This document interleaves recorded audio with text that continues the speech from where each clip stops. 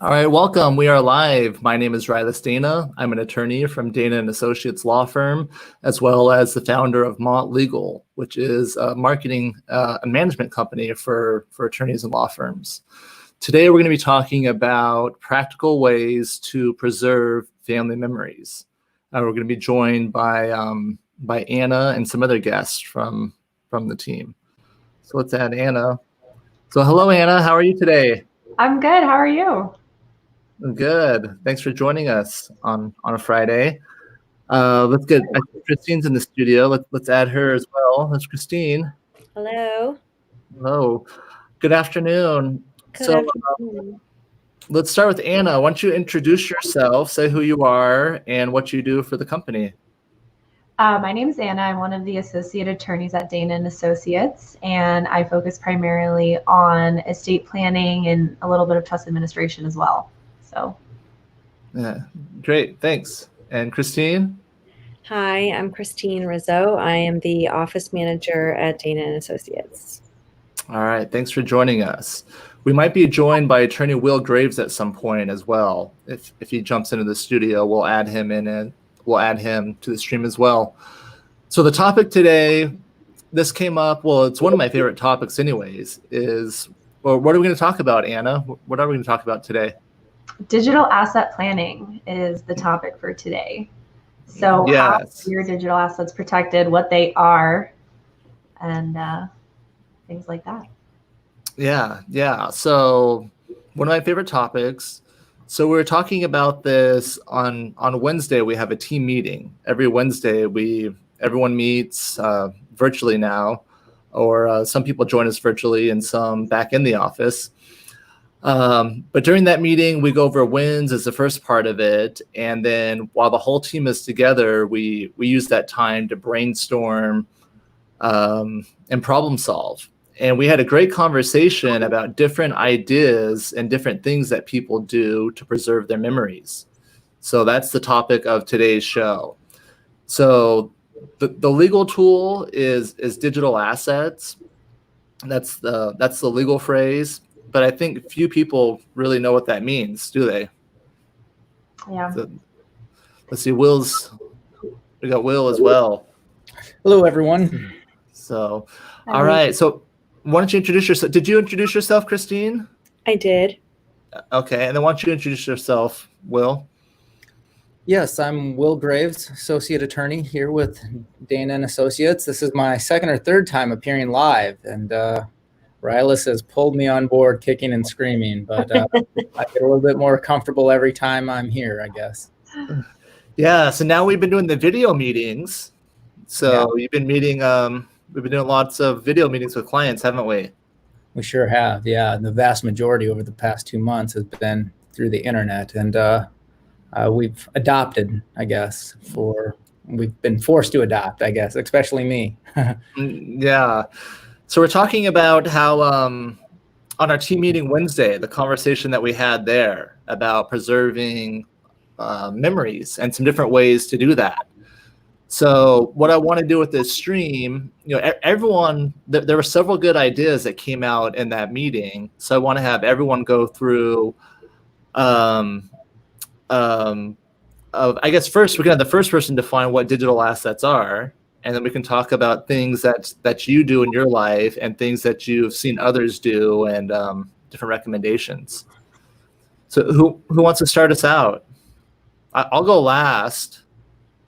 And then Will, did you have another meeting today you had to go to? I do. I have one at 3, and so I may have to leave a little early, but otherwise I'm good to hang out. So why don't you start us off? So what are digital assets? Let's start there.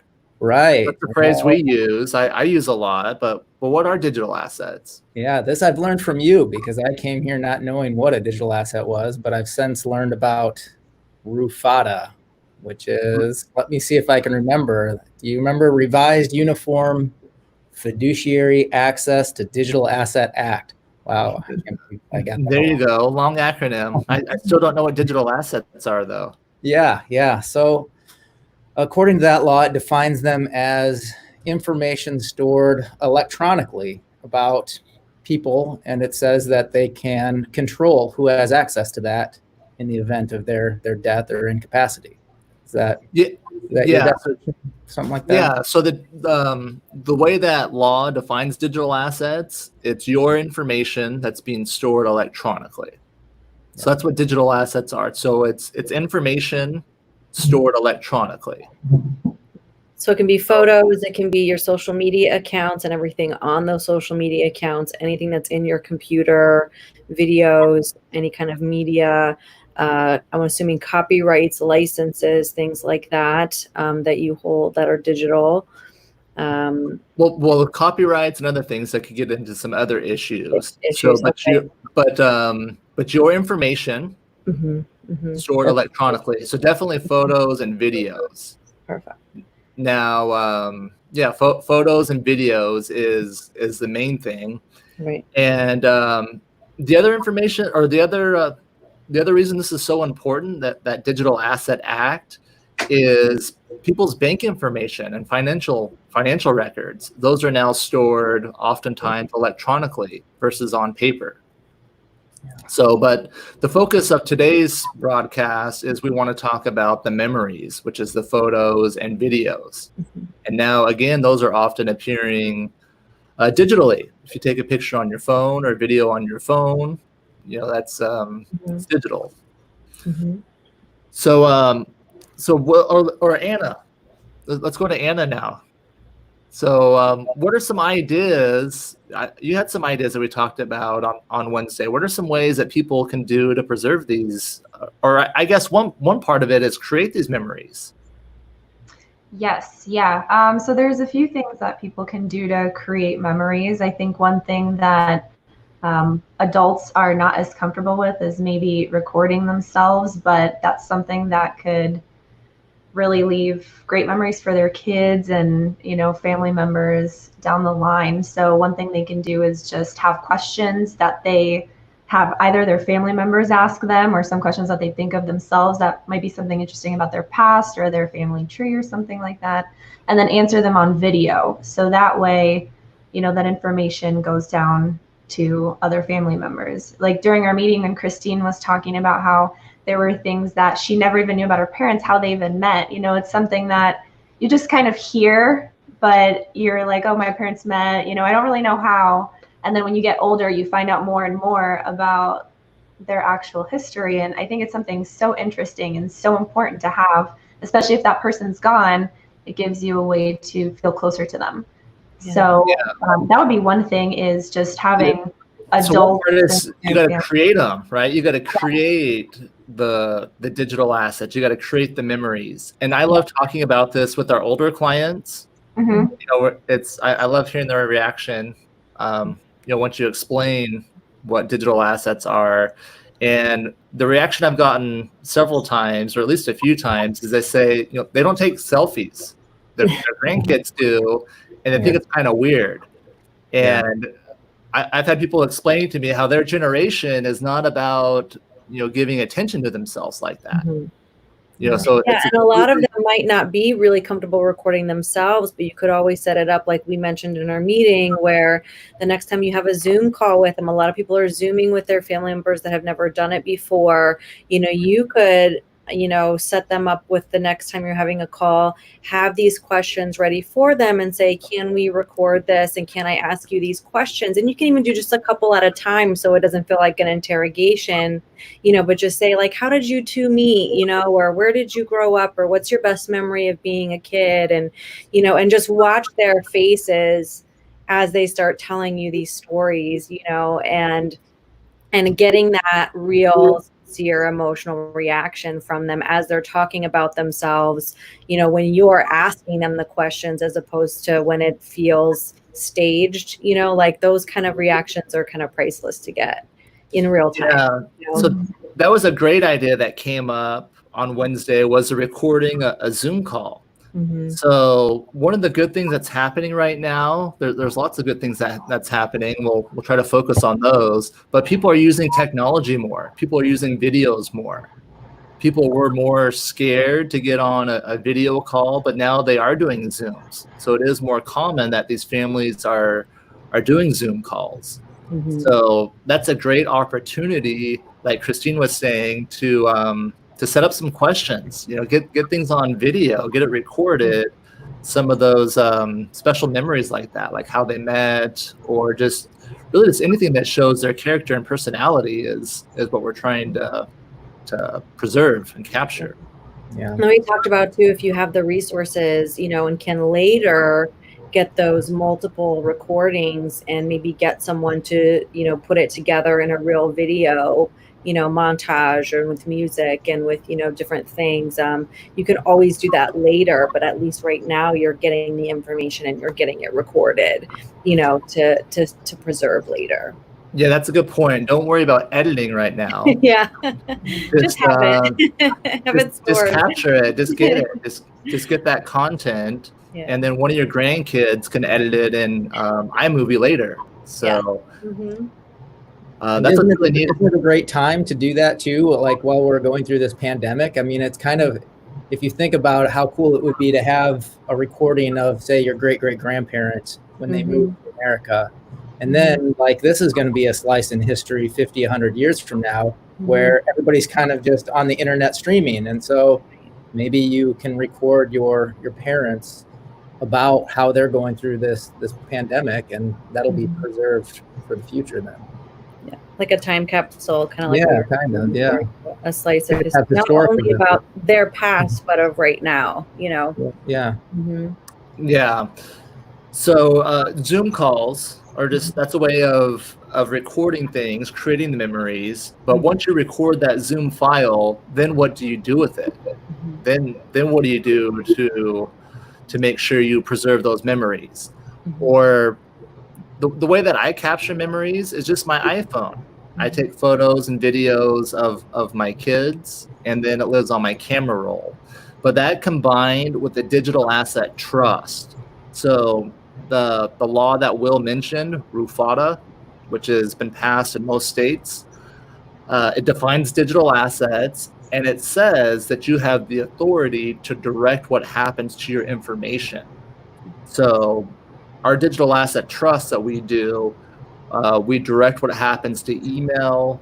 And then my personal digital asset trust, I also included my iCloud account, so all the photos and videos on my phone, and they get backed up there.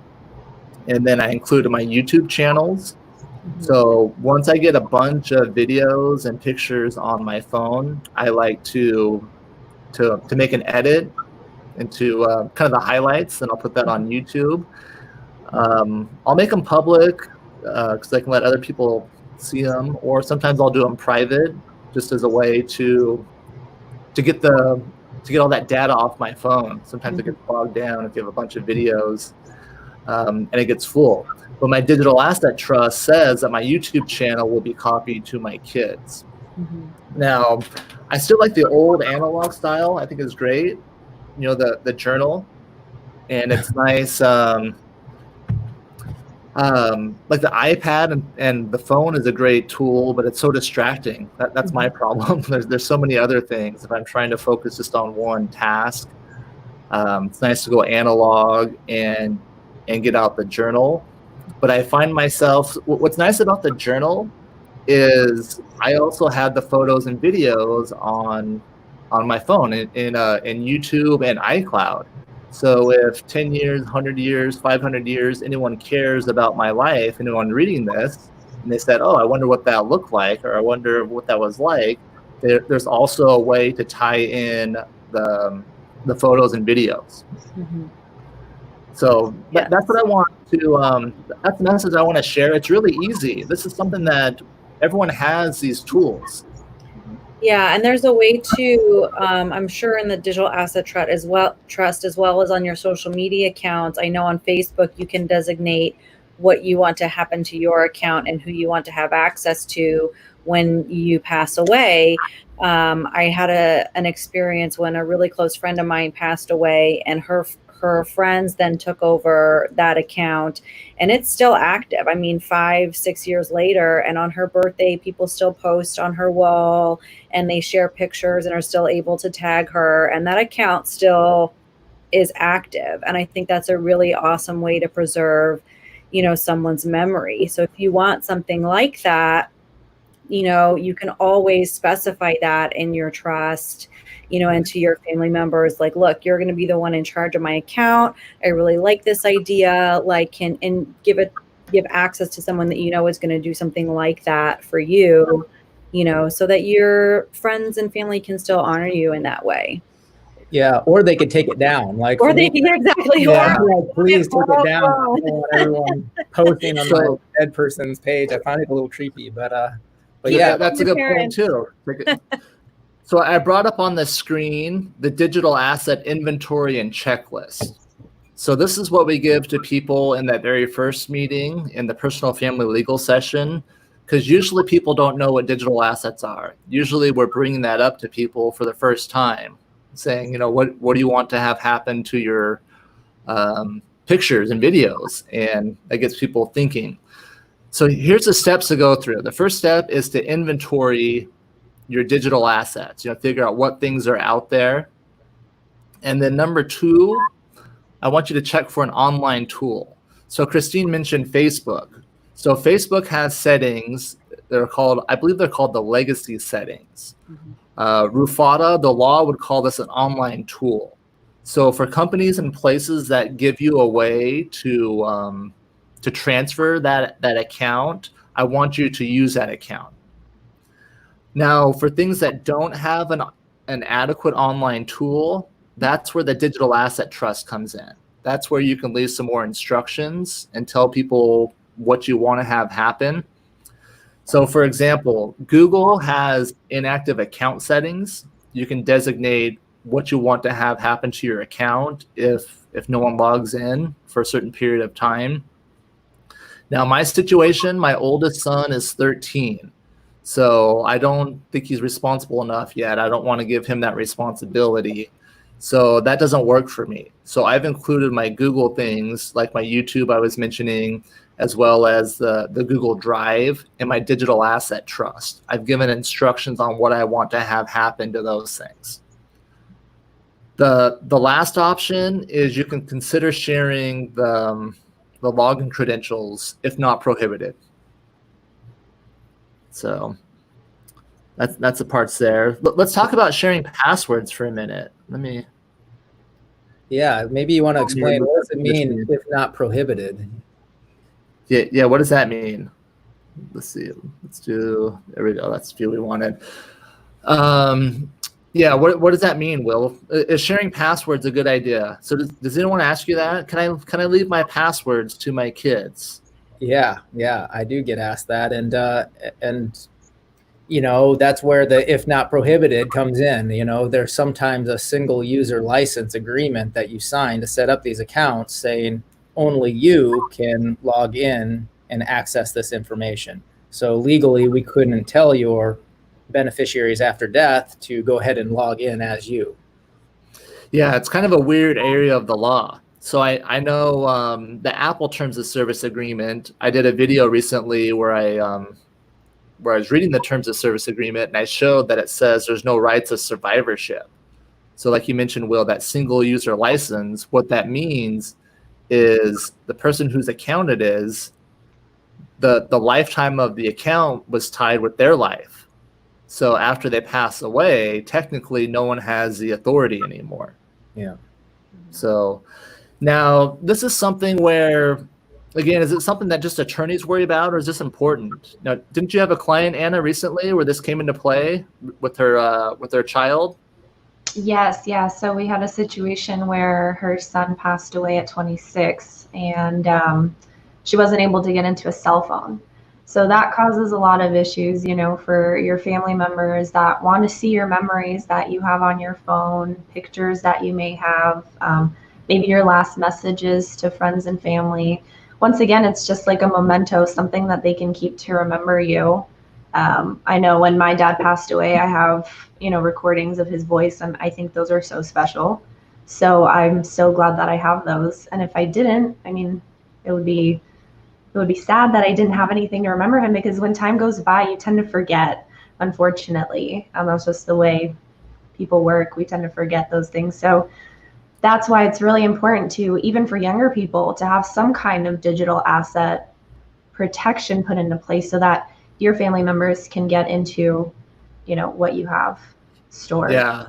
And So this is kind of where privacy comes into play too, because we want to respect the privacy of that 26-year-old who knows what picture he's taking. Yeah. And so that's why he beforehand should plan with Dana and Associates, hopefully, that for what access he wants to give to his heirs and family members in the event of his death. Exactly. Yeah. One thing I was thinking about too is to create an album and then share it. You can share albums now with different people on your iPhone.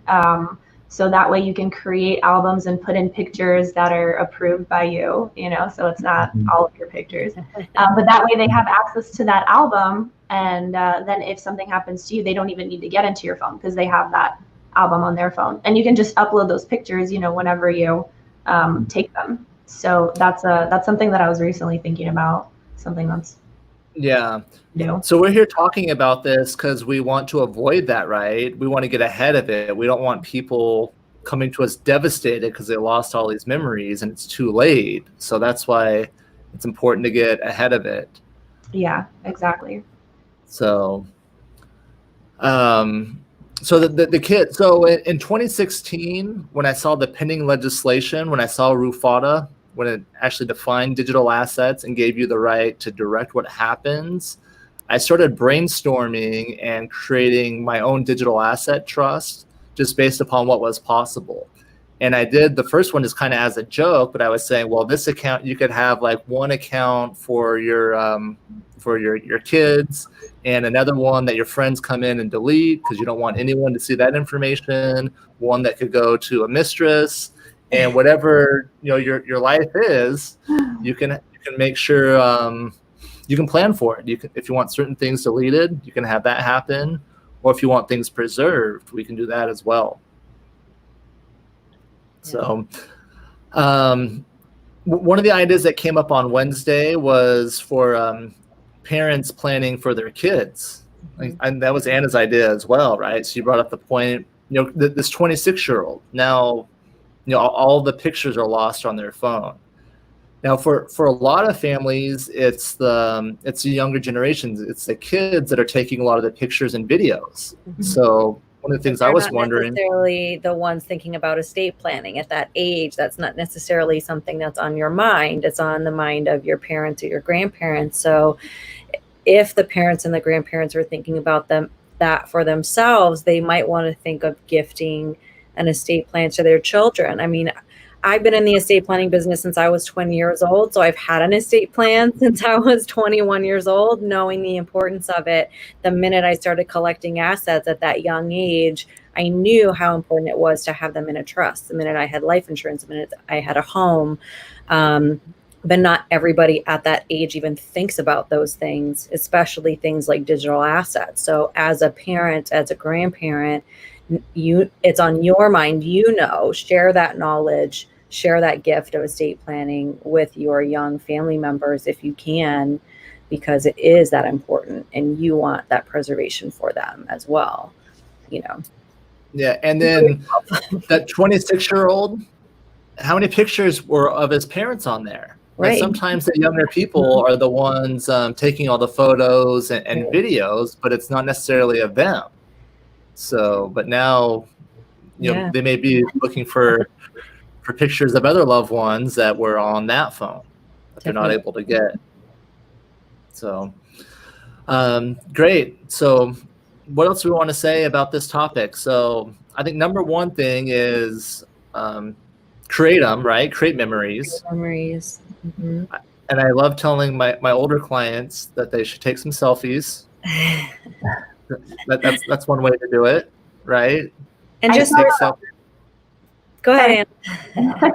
I saw the one video, Rilus, that we had on our I think it's our Instagram, where a grandson recreated his grandfather's journal because his grandma lost her sight, so she couldn't read anymore. So he read his grandpa's journal out loud, recorded it, and then made it into like a playlist for her so she could listen to it. And that is so special because not only is it her husband's journal, but now her grandson, the next generation, is reading it back to her. And I think, what better gift than that?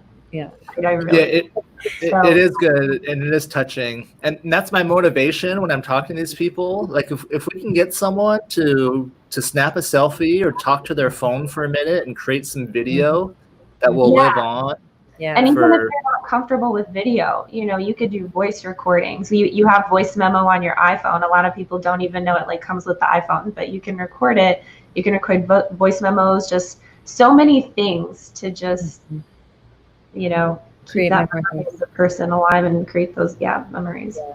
And I would just say don't wait, start making those memories now. Don't wait for it to be perfect. Don't wait for it to be a professional video. Don't wait for it to be, an interview. Just start asking those questions now. Just start documenting them now.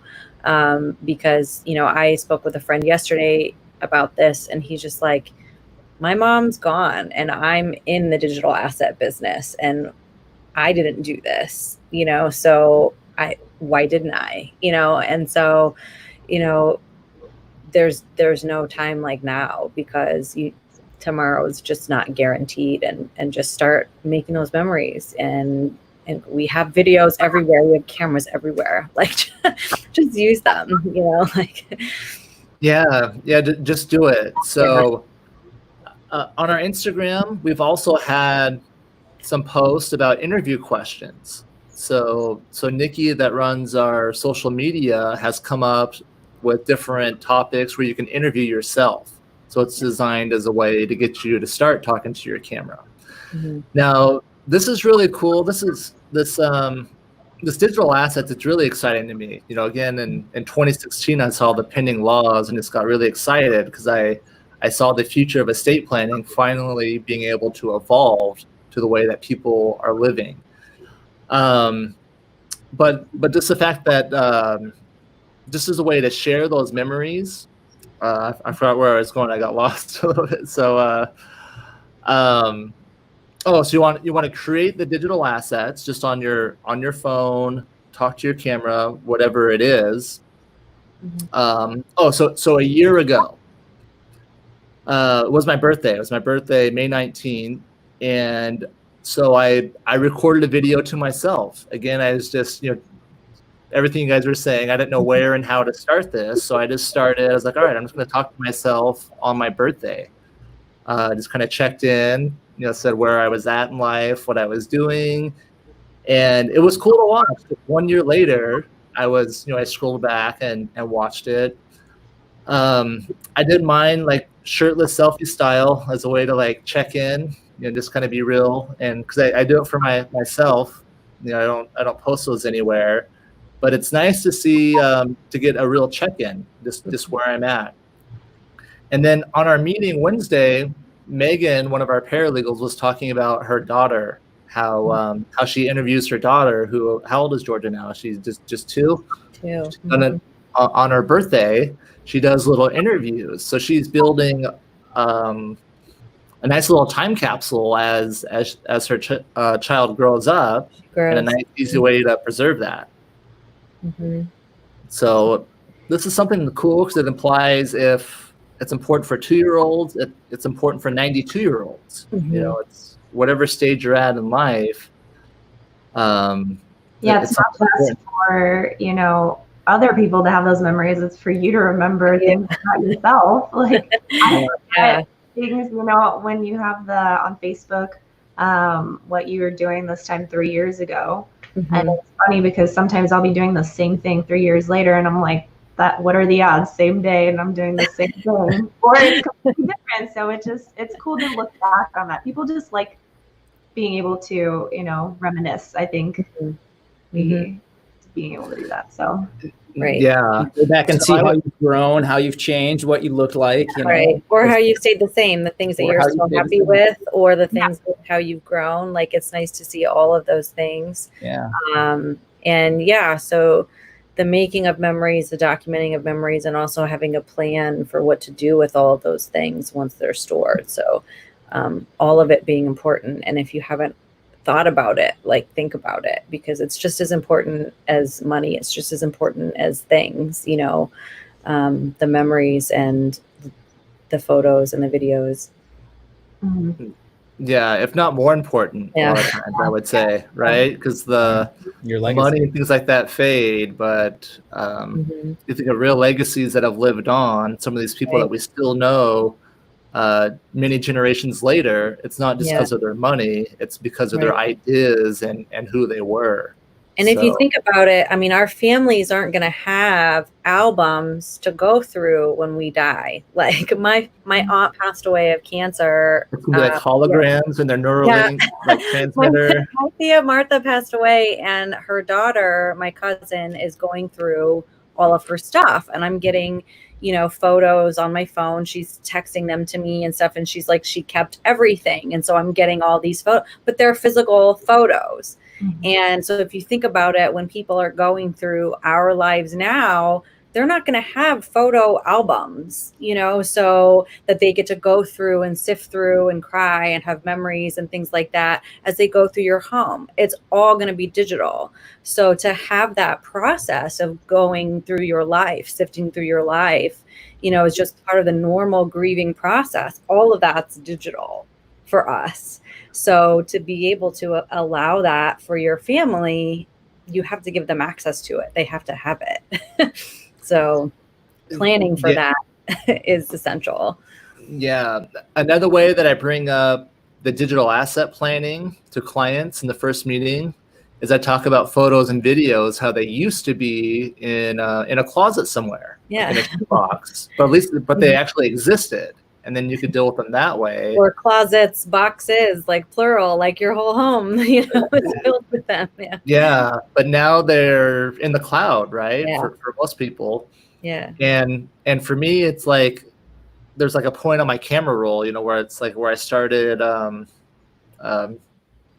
being more digital, and it made it a lot easier. That's when I can actually find things. But anything before, like, I don't know, I want to say like 2015 or 14, I don't have as good digital records of it. So it's it's a challenge to share with everyone. So like with the physical photos and videos, just think how hard that would be, you know, just 20, 30 years ago. You know, if you wanted to copy a bunch of videos to, you know, to 10 or 20 different people, you know, that'd be a challenge. But now, nowadays, that's not a problem if it's digital. And with the digital asset trust, that makes it really cool. You can designate your iCloud account or Google Drive or whatever services that you're using, and make sure that all of that information is preserved. Okay, so one part is, it's just two parts, right? Create the memories and preserve them. And plan. So, yep, create and preserve. Yeah. So, all right. What else do we want to say on this topic? We covered it. we got it. We covered extensively. Yeah. All right. Well, thanks for everyone for tuning in. We've done these live streams every Friday in May. I've really enjoyed them. I think we could keep talking indefinitely, couldn't we? Once a week. Yeah, just like having a little office meeting. Just yeah, this one is. It's been nice. So thanks for tuning in, everyone that's been watching. Tell us what other topics you'd like to hear about, and if you're watching on a replay, let us know if there's a better time to do the live stream. If there's a better time when people could tune in with comments and have more interaction that way. We started this. I want to be a service to the community. I want to provide our resources and be able to help people. So today, if we can get more people taking selfies, creating memories, and preserving those for future generations, that's what it's all about. That's why we're doing it. Other news in June, I would say, is that we're opening our offices back up. That seems to be the trend around the country. Places are starting to open back up. So we're going to start inviting our clients back in starting June, which is next week. We're still encouraging the virtual meetings. We can do those really well, but now the in-person will be a choice as well. So sounds good. All right. All right. Thanks everyone for tuning in. Have a great weekend. Everyone. Bye. Thanks, everyone. See ya.